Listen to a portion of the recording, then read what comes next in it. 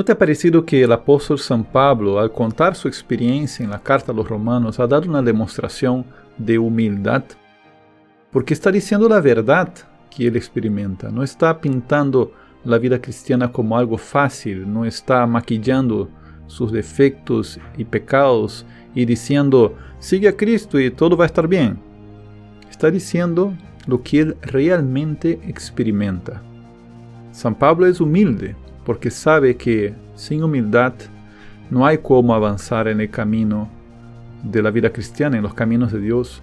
Por eso San Pablo también nos exhorta a los cristianos a ser humildes. Vamos a abrir el texto de Efesios 4, versículo 2, para profundizar en el significado de esa virtud y la importancia que ella tiene para nuestro combate espiritual. Yo soy Ricardo Braz y te doy la bienvenida a más un episodio de Cuaresma con la Biblia.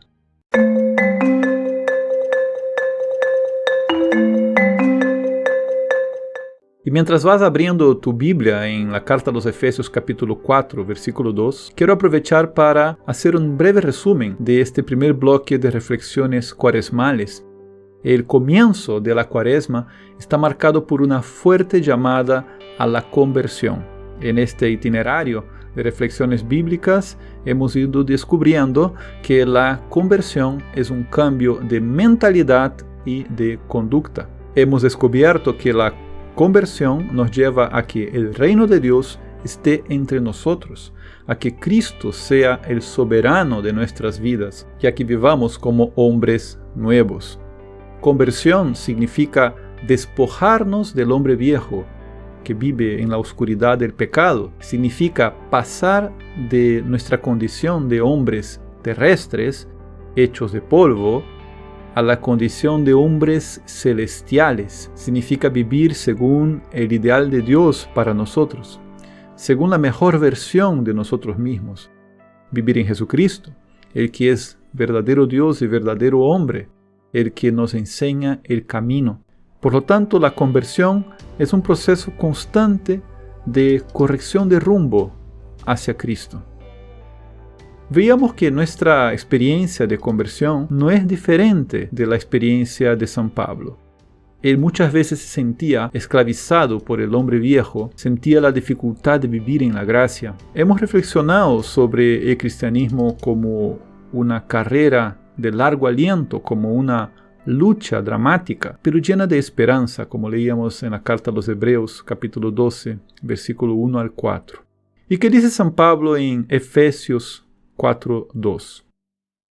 Para entrar en contexto, lo voy a leer desde el versículo 1. Dice así: Yo que estoy preso por el Señor, los exhorto a comportarse de una manera digna de la vocación que han recibido, con toda humildad, mansedumbre y paciencia, sopórtense mutuamente por amor. ¿Cuál es el contexto de ese pasaje? Ya hemos conocido un poco del contexto de la carta a los Efesios en el episodio anterior. Aquí solo quiero añadir a lo dicho que estamos en la misma parte de la carta en la que el apóstol indica cómo el cristiano debe comportarse. Se trata de una parénesis, de una exhortación moral de San Pablo y comprende los primeros 16 versículos del capítulo 4 de la carta. O sea, Efesios 4 del 1 al 16. Ya sabemos que al escribir la carta a los Efesios, San Pablo está preso en el Señor, es decir, está escribiendo desde el cautiverio. No sabemos si en Jerusalén o en Roma. Se tiende a afirmar que ha sido desde Roma, pero no hay evidencias para esa afirmación. De todas maneras, está preso por el Señor. Sabemos que el apóstol no solo estaba preocupado por la fe de los efesios, por lo que los efesios creían, estaba preocupado también por la vivencia de la fe. Por eso es un mensaje moral y que debe ser acogido por toda la comunidad, porque todos fueron llamados, todos han recibido una vocación y deben proceder de una forma coherente con esa vocación, como leímos en el versículo 1, Efesios 4:1. Quisiera llamar la atención para la expresión que aparece en el versículo 2, con toda humildad. Me voy a detener en esta palabra, humildad. ¿De qué se trata la humildad?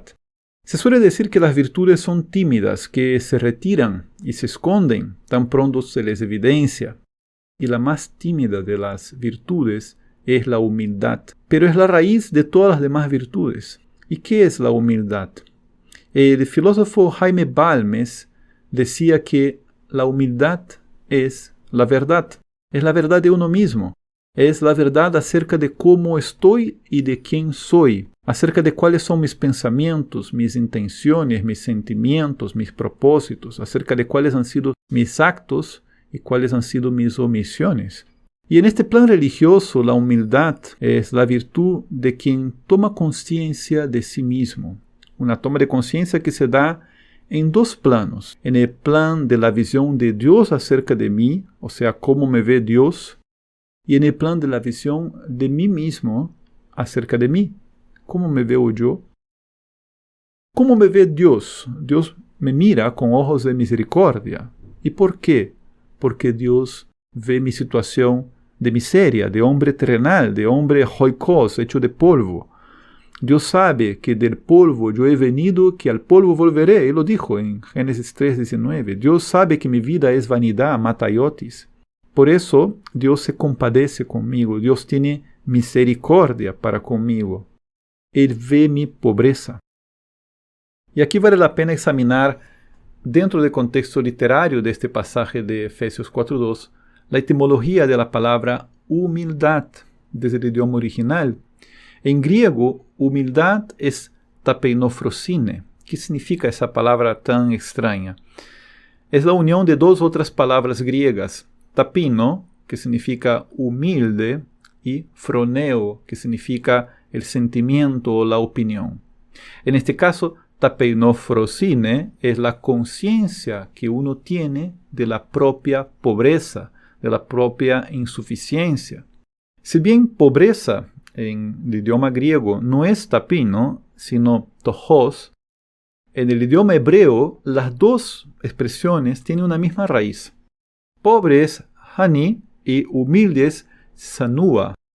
La humildad viene a ser la conciencia de la propia pobreza, de la propia insuficiencia para satisfacer todas las necesidades e ideales que uno tiene. Por lo tanto, la humildad permite al cristiano abrir su mente y su corazón a Dios y a los demás para obtener la ayuda necesaria y así llegar a cumplir con sus aspiraciones. A veces tendemos a interpretar la palabra humillación como algo negativo, como un desprecio de la propia dignidad.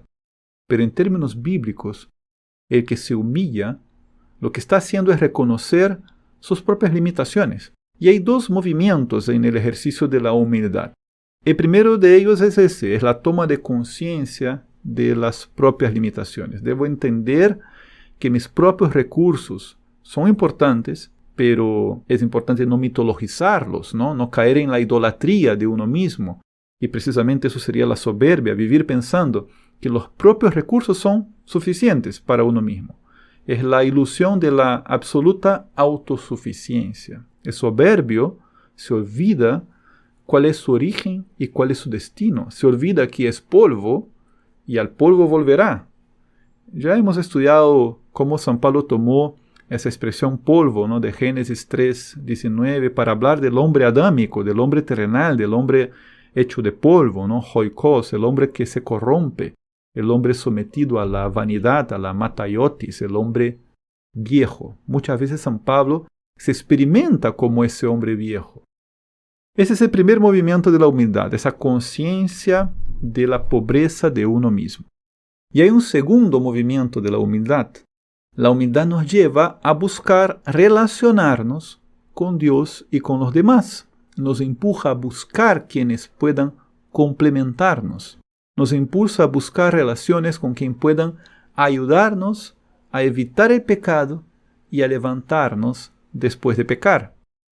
Estos son los dos grandes movimientos de la humildad. La conciencia de la propia pobreza y insuficiencia, ese es el primer movimiento, y la búsqueda de relaciones que nos permitan superar nuestra pobreza, sería el segundo movimiento.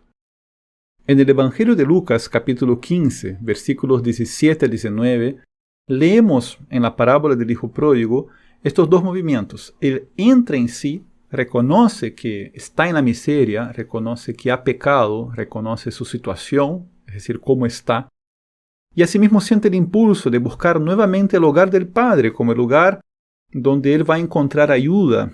Siente el impulso de reatar las relaciones que él mismo había roto. Siente el deseo de volver a vivir según su identidad de hijo, aunque él sabe de su indignidad.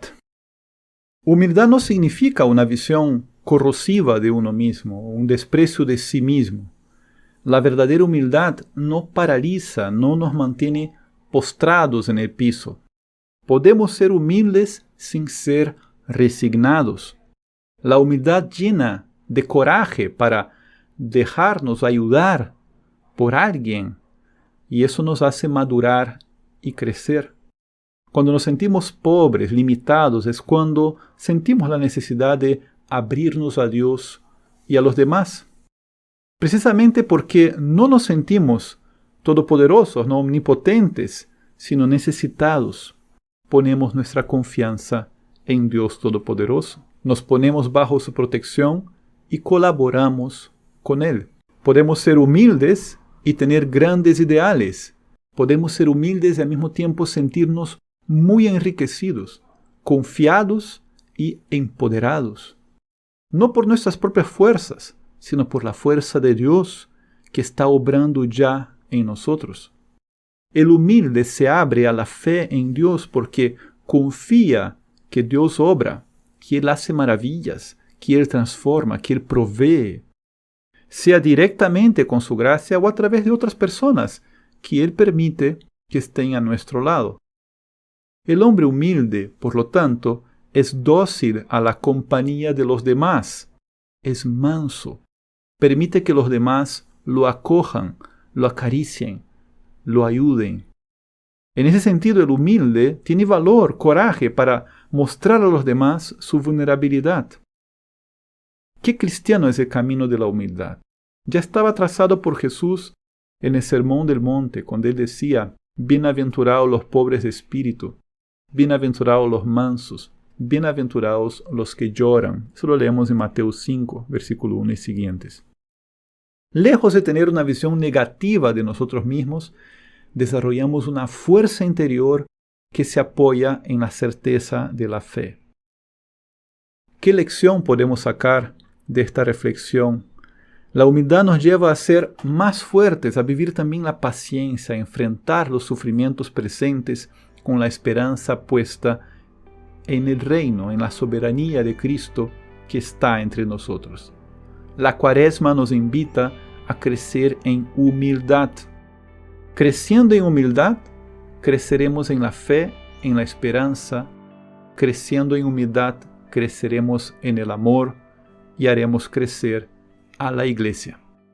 Esta ha sido una reflexión breve y sencilla sobre la Biblia. Si tú quieres profundizar más, será necesario que la estudies, que ores con la Biblia, y así vas a poder descubrir más estos misterios de Dios, descubrir más, por ejemplo, sobre la humildad.